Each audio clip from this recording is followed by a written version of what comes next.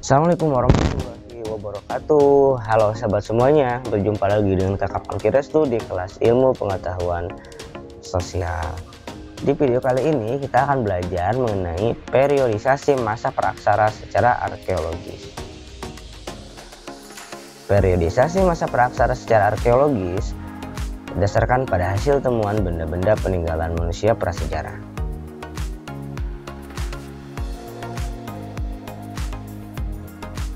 Periodisasi masa praksara secara arkeologis dibedakan menjadi dua, yaitu zaman batu dan zaman logam. Zaman batu adalah zaman ketika sebagian besar perkakas penunjang kehidupan manusia terbuat dari batu. Berdasarkan hasil temuannya, alat-alat yang digunakan dan cara pengerjaannya, zaman batu terbagi menjadi tiga, yaitu Paleolitikum, Mesolitikum, dan terakhir Neolitikum.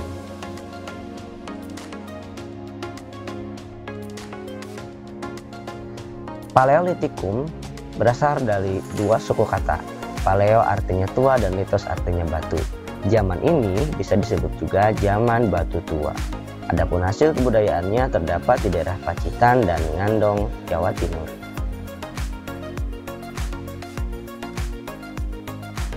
Zaman batu tua diperkirakan berlangsung kurang lebih 600.000 tahun silam.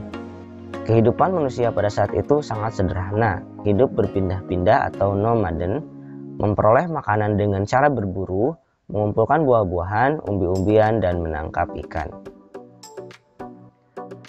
Alat-alat yang digunakan terbuat dari batu yang masih kasar dan belum diasah, seperti kapak berimbas atau alat serpi yang digunakan untuk mengkuliti kulit hewan buruan, mengiris daging, atau memotong umbi-umbian.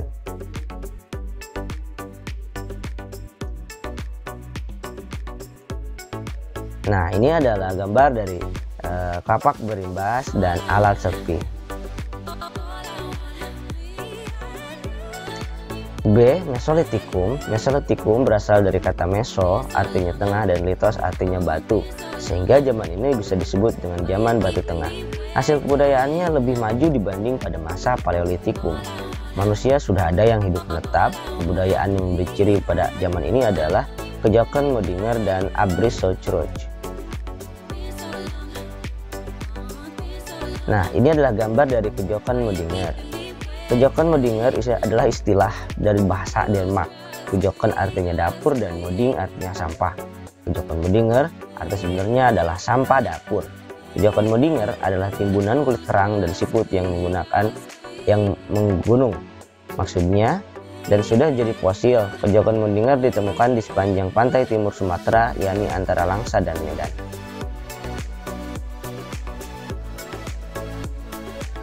Kemudian ada Abruzzo-Church. Abruzzo-Church, Abriz artinya tinggal, Church di dalam, Church gua. Artinya manusia purba pada zaman ini sudah mulai menetap menggunakan gua sebagai tempat istirahat, perlindungan cuaca, dan dari binatang buas. Kebudayaan Abruzzo-Church terdapat ditemukan di Besuki, Bojonegoro, dan Sulawesi Selatan.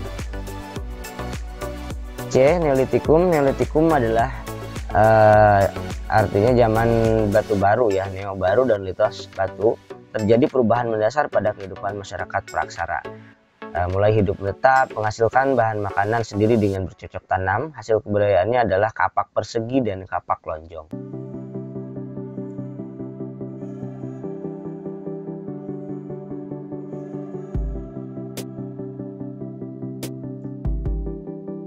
Kapak persegi bentuknya persegi panjang dan trapesium. Ada yang berukuran kecil dan ada juga yang berukuran besar. Kapak berukuran besar disebut beliung, berfungsi untuk sebagai cangkul. Kapak berukuran kecil disebut tarah atau tatah, fungsinya untuk memahat. Nah, bisa kita lihat di atas ada gambarnya ya. Ini adalah contoh dari kapak persegi ya, digunakan oleh manusia pada zaman dulu untuk mencangkul dan memahat. Selanjutnya ada kapak lonjong, bentuknya lonjong, pada ujung yang lancip ditempatkan tangkai, dan pada bagian ujung yang lain diasah sehingga tajam. Ada yang berukuran kecil, ada juga yang berukuran besar. Kalau kapak yang berukuran besar itu disebut dengan Walzenbeil, berfungsi sebagai jangkul. Kapak berukuran kecil disebut Kainbeil. Ini berfungsinya atau fungsinya ini untuk sama ya, seperti kapak persegi itu memahat. Oke sahabat, kita lanjut lagi.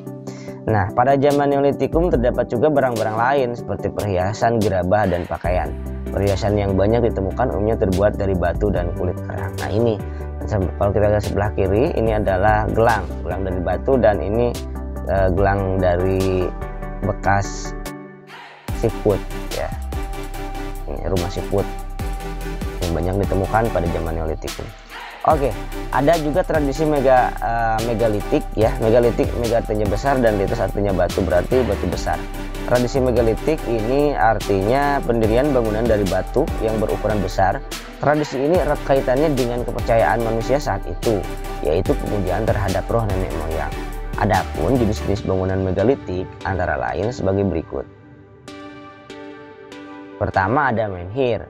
Artinya bangunan berupa batu tegak atau tugu yang berfungsi sebagai tempat pemujaan roh nenek moyang atau tanda peringatan bagi orang-orang yang meninggal. Nah, menhir bisa dilihat di sebelah kanan, ini gambarnya. Yang kedua ada dolmen. Dolmen adalah bangunan berupa meja batu terdiri atas batu lebar yang ditopang oleh beberapa batu yang lain. Dolmen berfungsi sebagai tempat persembahan untuk memuja arwah leluhur. Selain sebagai tempat pemujaan, dolmen juga berfungsi sebagai pelinggi. Ya, pelinggi itu artinya tempat duduk untuk kepala suku atau raja. Selanjutnya ada kubur peti batu, adalah tempat penyimpanan mayat, dibentuk dari 6 buah papan batu dan sebuah penutup peti. Papan-papan batu itu disusun secara langsung dalam lubang yang telah disiapkan terlebih dahulu. Biasanya diletakkan membujur menghadapi sungai atau gunung. Nah, ini gambar dari sebelah kanan, ini adalah gambar di kubur peti batu. Nah, ada waruga. Nah, waruga adalah peti kubur batu dalam ukuran kecil, bentuknya kubus dan bulat. Waruga banyak ditemukan di Sulawesi Tengah. Nah, di bawah ada sarkofagus, bangunan berupa kubur ya batu yang terbentuk sebagai lesung dan diberi tutup. Sarkofagus banyak ditemukan di daerah Bali. Ya, kalau sarkofagus itu seperti lesung ya. Nah, punden berundak merupakan bangunan bertingkat yang dihubungkan oleh tanjakan kecil. Punden berundak berfungsi sebagai tempat pemujaan terhadap roh nenek moyang. Nah, kemudian ada patung. Kalau patung kita tahu patung masih sangat sederhana, umumnya terbentuk bentuknya dari binatang dan juga manusia. Nah, ini ya patung yang ada di bawah. Kemudian yang kedua ada zaman logam. Pada zaman ini manusia tidak hanya menggunakan bahan-bahan dari batu untuk membuat alat kehidupannya, namun juga menggunakan bahan dari logam yaitu perunggu dan besi. Menurut perkembangannya, zaman logam dibedakan menjadi 3, zaman perunggu, zaman tembaga, dan zaman besi. Namun, Indonesia hanya mengalami 2 zaman, yaitu zaman perunggu dan zaman besi.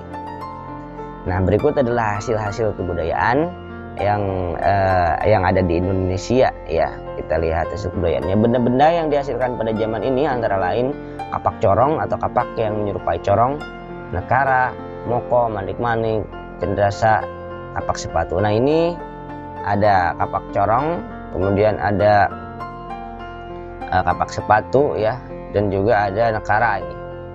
Nah, ini adalah benda-benda hasil zaman megalitik.